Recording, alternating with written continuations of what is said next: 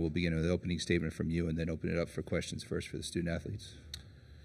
Yeah, first off, just what a basketball game. Fans were treated to some high-level play, especially in the second half. The shot making was elite.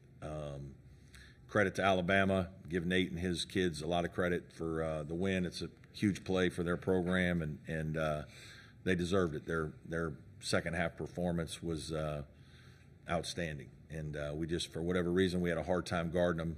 You know, I need to do a better job of helping our players be better on that end. But I'm so proud of my team, and especially these three guys. The ride we've been on the last couple of weeks has certainly been memorable, not just for all of us, but our fan base, which is significant. But more than that, just for the kind of people that we have in our program. My players are just such good kids, and they allow us to coach them, and they represent our university in an unbelievable way. And man, it's just a joy. And I love all of them dearly, and I'm just sad that we're not going to get to play more together because we've just had so much fun, and this is just such a fun, loving group that the hardest part about these losses is it's the end of a season. So, but a lot of great memories. Again, super proud of our guys, our team, and what they accomplished. And, again, congratulations to Alabama. All right, we'll open it up for questions first for the student athletes. Go ahead and raise your hand here in the room. We'll get a mic over to you. We'll start in the second row. Hey, this is Grayson Mann from TigerIllustrated.com. This is for Joe Girard. Joe, when you look at this past year as one of the key transfers to come in, looking at how the state of college basketball is now with transfers coming in, what would be your pitch to anybody that's interested in coming to play for Clemson? Do it.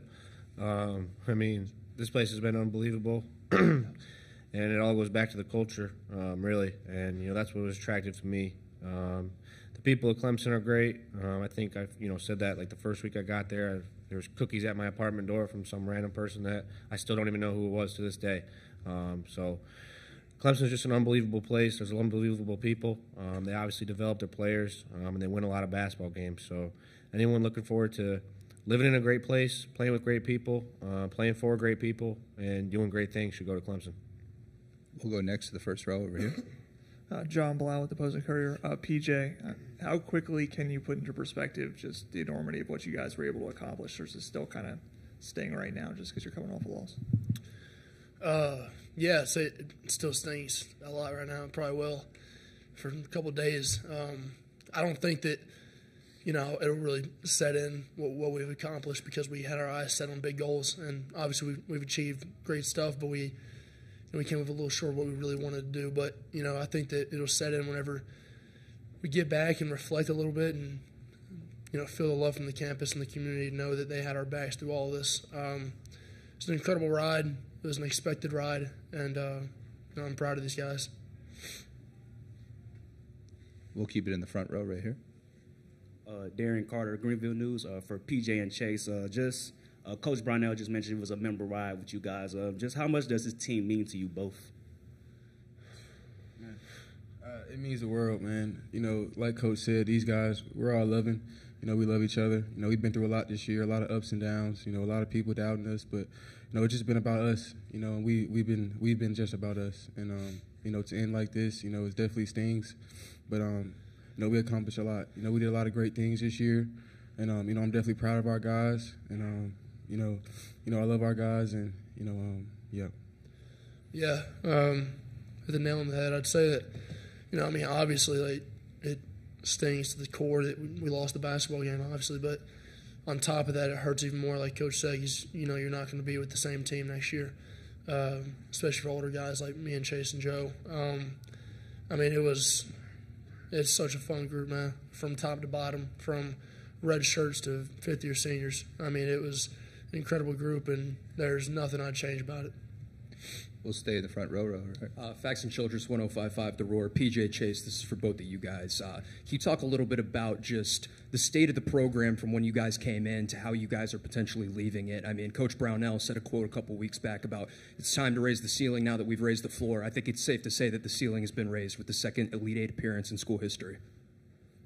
Yeah, when we came in, we were highly recruited guys, and, our careers kind of started off kind of slow. But, to get to this point, me and him just had a moment in the locker room, and, I told him we made history. And, we did some big things for this program. I think that, with me and him doing that, we set this program to a new standard. And, we plan on, keep being in games like this. Yeah. It was a special moment, man, embracing Chase in the locker room and knowing, a couple of tournament appearances, a lot of wins in the ACC and the Elite Eight.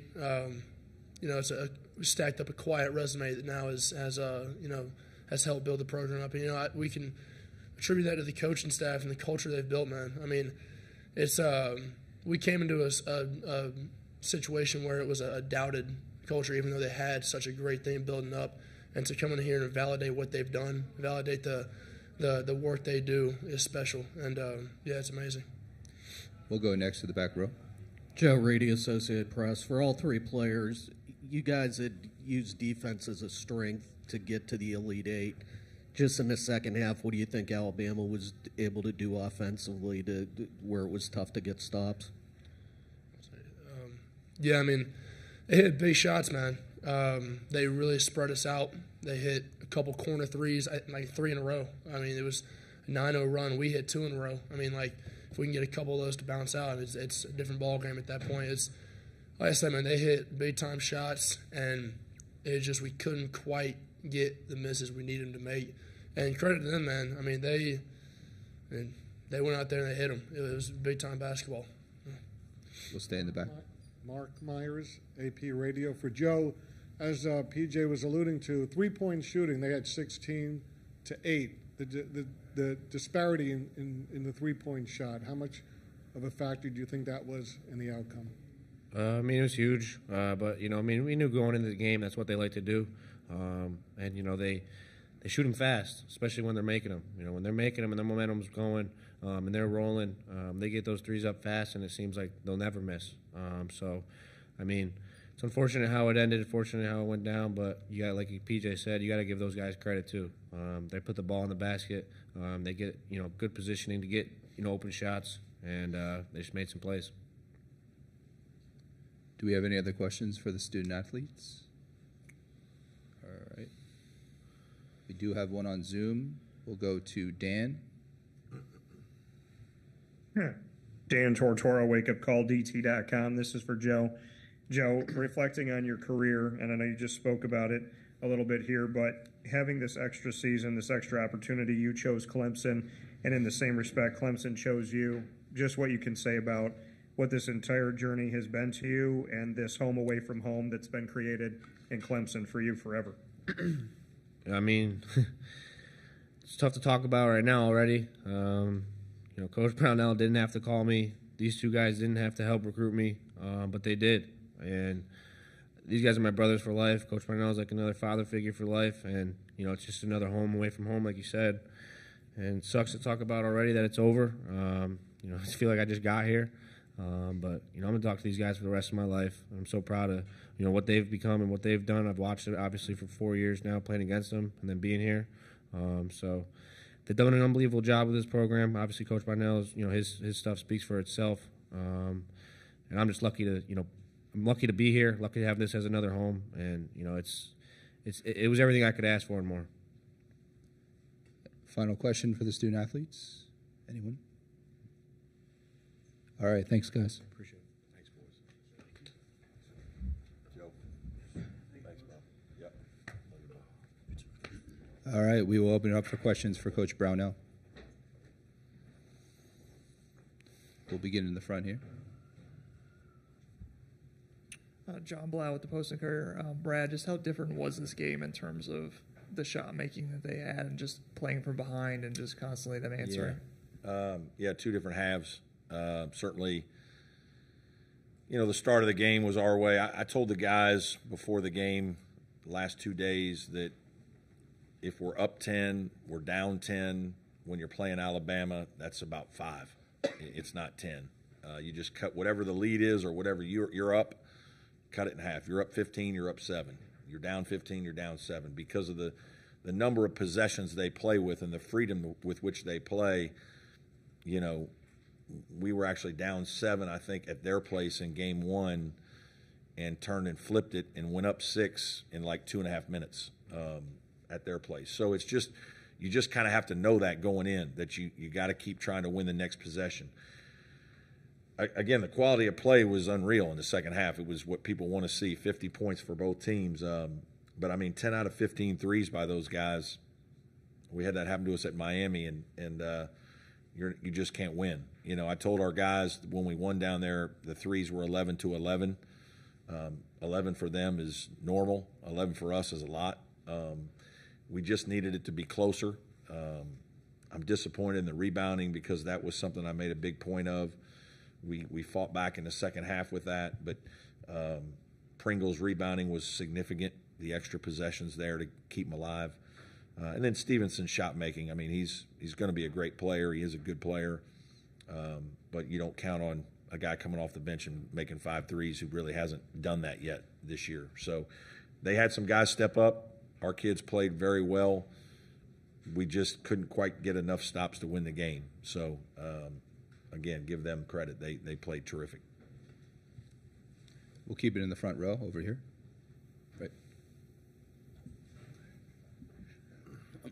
Darian Carter, the Greenville News. Coach, you've been at Clemson for 14 years. Just reflecting on this year's team, how special is this group to you? Yeah, very special. You know, again, the winning is part of it for sure. The ride that we've been on these last 2 weeks, phenomenal, something we'll always remember. But just the kind of kids that they are, right? To be around them every day, the fun that we have, the way they allow us to coach them, the connectedness, just the togetherness. You know, in this day and age, it's rare. We've been fortunate these last 2 years back to back, and probably other years as well. But just these last 2 have been phenomenal runs in terms of you just feel it with your team. And, you know, you want so badly for those guys to be successful. And obviously we all wanted to make a Final Four. But you just want your guys to have success because you care about them and you watch them work so hard. And we go through frustrations and ups and downs. And basketball seasons are hard. They're long. You know, there's always long weeks and a couple weeks that don't go well. And our guys responded most of the time. And obviously after the ACC tournament, a lot of people doubted us. But PJ said it, you know, we really talked at the beginning of the year a little bit and then in the middle of the year that we believe we could be a Final Four team. This was not an accident. One of my assistants, you know, is trying to spout stats that we had the hardest run. If you look at the net rankings, we played the 3 toughest teams in the net to get to this point. So this wasn't an accident. Our guys played great basketball. We just needed to do a little bit better today. We'll go next in the back. Joe Reedy, Associated Press. Yep. Yes, sir. Brad, PJ mentioned just how tough it is to defend when they quickly get 3-point shots off like that. Just was there anything that you guys tried to do during the half to counter that, or run faster? You know, it's crazy. I think it was the first or second possession we tried to play zone. Joe hit a 3, and they threw it up the court and shot a quick corner 3 before our guys could even get back. You know, the challenge for our team all year is we're not very fast. We're big, we're physical, we're tough, we're smart, but we're not very fast. And there are times when that really was a problem for us. In the second half, it was a problem for us. We couldn't keep them in front of us. When they start making threes, you start inching out in space, you know, and even them shooting before we could get down and get our zone set a couple times, it's just, I mean, there's not many teams that play that way. And so credit to them because it's modern basketball. You know, when those shots go in, it looks great.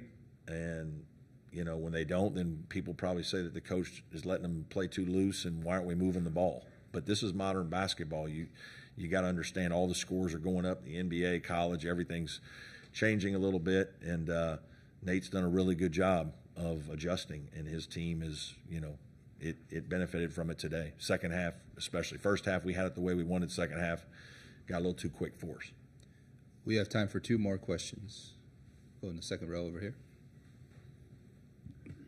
Hey, Coach, this is Grayson Mann from TigerIllustrated.com. Girard just talked about what his pitch would be to anybody potentially interested in coming to play from Clemson, come to Clemson in the portal. What would your pitch be to anybody interested? Yeah, I mean, my pitch is what Joe just said, right? I mean, but I think it's better coming from a player. You know, there's a lot of great salesmen in our business and a lot of guys that sell a lot of things that don't end up being what they really are. I'm proud to say that what we talk about at Clemson is real, and Joe Girard got to experience that. We just have tremendous people. We have great leadership. We have great administrative leadership. We have unbelievable athletic support. We have tremendous coaches. It's an unbelievable place to live. It's why I've been here so long. My girls went to school here. And since we got our facility renovated in 2017-18, we've been to a Sweet 16 and an Elite 8, another NCAA tournament. We've got a couple guys in the NBA. I don't know why you wouldn't come here, to be honest with you. Like, I always tell folks at the end of the day, guys like Joe Girard, we're doing them a favor because this place is special. Now, that guy was unbelievable to have. His swagger is why we went and got him. His second half shooting is why we went and got him. But the real reason is because of the kind of kid he is, and he just showed who he is right here. In one of the toughest moments of his life, he's explaining in detail how much this place meant to him. So he's about the right stuff, and that's why he fit our team. And that genuineness is why these two guys wanted him to be a part of our program. So, again, I couldn't be more proud of our players, what we did beyond these 2 weeks, but just the way these guys carry themselves every day. All right, one final question. Right here. Hey, Coach, Facts and Childress 105.5 The Roar. Can you talk a little bit about your special relationship with P.J. Hall, who's going to go down as a program legend, might have his name in the rafters one day? Yeah, he should. I might get choked up. I'm trying not to.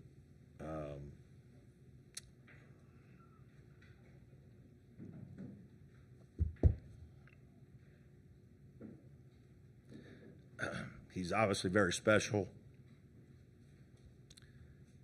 because he's a top 50 kid that chose Clemson from our state. And we've tried on a bunch of other guys, and he's one of the first ones to stay home. And we've been selling this same thing to all these other guys.